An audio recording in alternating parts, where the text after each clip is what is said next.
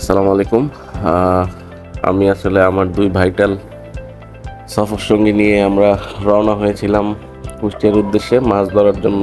কুষ্টিয়া বলতে রূপপুর পদ্মা নদীতে মাছ ধরার উদ্দেশ্যে আমরা রওনা হই।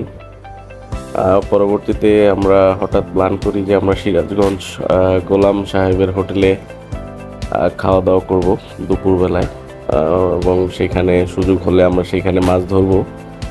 আসলে গোলামের হোটেল নামেই সবাই চিনে বা পরিচিত, কিন্তু গোলাম হোটেল বলতে আসলে ব্যাপারটা একটু অন্যরকম মনে হচ্ছে, তো এই জন্য গোলাম সাহেবের হোটেল বলছি। এইখানে আসলে আসার পর মনে হচ্ছিল পুরোটাই আসলে একটা বিয়েবাড়ির আয়োজনের মতো।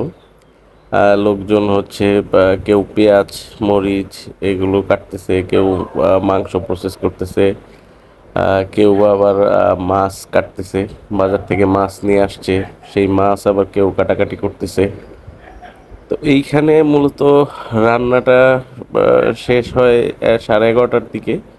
শেষ হয় বলতে রান্নাটা কন্টিনিউয়াস চলতে থাকে, মাছ অল্প অল্প করে রান্না করে এবং পরিবেশন চলতে থাকে।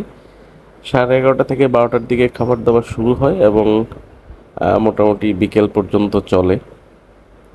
তো এইখানে মজার ব্যাপার হচ্ছে মাছগুলো ওনারা নিয়ে আসে মাত্র 9টা থেকে 10টার দিকে, খুবই পরে, কিন্তু খুব শর্ট টাইমের মধ্যে তারা ফুল প্রসেসিং কমপ্লিট করে এবং 12টার মধ্যে খাবার পরিবেশন শুরু করে।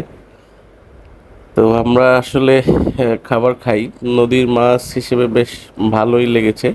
তো এখানে একটা মজার ব্যাপার হচ্ছে পাশাপাশি দুইটা হোটেল, একটা হচ্ছে গোলাম হোটেল আর একটা হচ্ছে রাজার হোটেল। মানে গোলাম এবং রাজার যে পাশাপাশি বসবাস সেটা এখানে আপনি যাওয়ার পর বুঝতে পারবেন। তবে আপনি যদি খুব ভালো খেয়াল না করেন সেক্ষেত্রে আপনি বুঝতেই পারবেন না আপনি কোন হোটেলে খাচ্ছেন। খাবার কোয়ালিটি সেম কাছাকাছি এবং প্রসেস রান্নার স্টাইল, সব পরিবেশনের স্টাইল সব কিছু মোটামুটি কাছাকাছি ধরনের। তবে একটা কথা বলে রাখাই ভালো, আমি আসলে কোনো ফুড ব্লগার নই, আপনিও চাইলে ট্রাই করতে পারেন। আজকের মতো আল্লাহ হাফিজ।